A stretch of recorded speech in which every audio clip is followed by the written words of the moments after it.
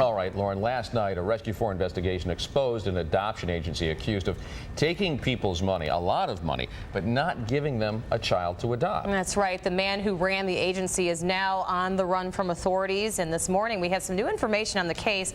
Another couple that says that they were taken by this adoption scam. Here's Rescue 4's Karen Drew. Jeff and Dawn Jarima had always wanted to be parents. After the in vitro, that was very emotional. My wife was all the medications and the drugs and all the stuff that you got to take to do that. It was a very tough time. And after that, I says, well, maybe it's really not meant to be. But Dawn desperately wanted to be a mom. So the Chesterfield Township couple decided to adopt and work with the Adoption International program run by this man, Orson Mozes. Looking back, they say, it's a decision they'll regret forever. One of the other victims in the case described him perfectly as an emotional rapist. This was the child they were planning to adopt. They named him Connor. I guess kind of like an ultrasound. When you see your baby for the first time, it's like, wow.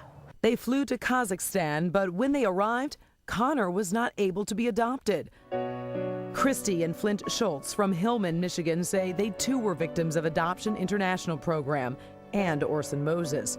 They were set to adopt this little boy from Kazakhstan, but after getting all their paperwork ready and paying thousands and thousands in fees, the adoption fell through and there was no refund. Both couples left with empty cribs and broken hearts. Come to find out, they weren't alone. 62 other families went through similar situations and have since filed a class action lawsuit against Orson Mozes. But Mozes has not been arrested because he took off. He's been on the run for months and authorities are worried he might set up another adoption agency. The search for him so serious he's listed on America's Most Wanted. While authorities search for Mozes, they also are reminding want-to-be parents to be on the lookout for some red flags. Be careful if an agency promises a specific child early on. And you should not be asked to send money right away to, quote, hold a specific child. And be leery if you're asked to wire large amounts of foreign fees to unfamiliar persons, frequently in countries other than the country you're adopting from. If you know the whereabouts of Orson Mozes, you're asked to contact authorities. Investigators say he has scammed 62 families, and odds are he will try again. Also, remember to pay attention to red flags and trust your gut feeling. If the answers you get from an adoption agency seem too good to be true, they very well could be. Karen Drew, Rescue 4 investigators.